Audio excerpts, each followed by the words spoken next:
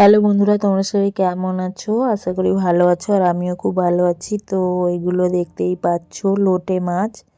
তো বাজার থেকে লোটে মাছ নিয়ে এসেছিলাম, তারপর কেটে ধুয়ে নিয়েছি। তারপর দেখো এখানে লবণ, হলুদ গুঁড়ো, লঙ্কার গুঁড়ো আর গোলমরিচ গুঁড়ো। তো গোলমরিচ গুঁড়ো দিলে একটু আষ্টে গন্ধটা কম আসবে, ভালো হয়।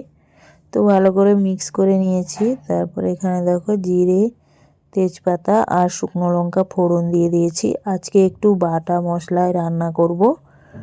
তো প্রথমে পেঁয়াজটা বেটে নিয়েছি, দিয়ে ভালো করে পেঁয়াজটা ভেজে নিচ্ছি।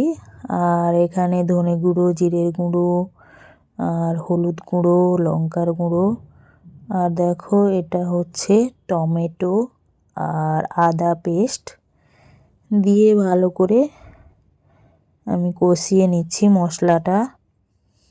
আর সঙ্গে রসুনও আছে পেস্ট করা, আর একটু লঙ্কার গুঁড়ো, লাল লঙ্কার গুঁড়ো দিলাম, কালারটা দারুণ আসবে। আর দেখতেই পাচ্ছ তেল ছেড়ে দিয়েছে, একটু জল দিয়ে কষিয়ে নিয়েছি।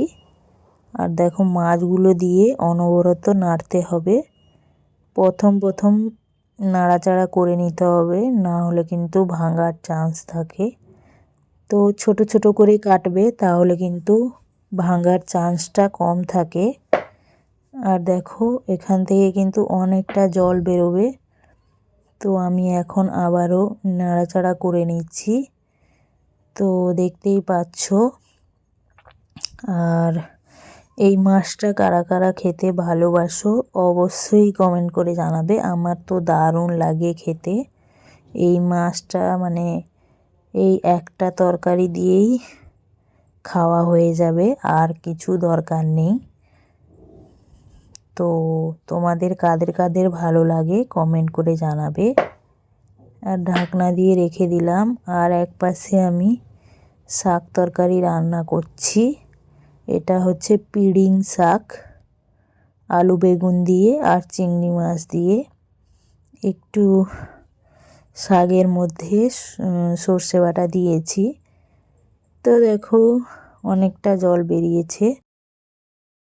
আমি রান্নাটা করে নিলাম, রেডি হয়ে গেছে। আমি একটুখানি জুস রাখবো, আমার ঘরে একটু ভাতের সঙ্গে মাখিয়ে খেতে পছন্দ করে, তো ধনেপাতা দিয়ে দিলাম।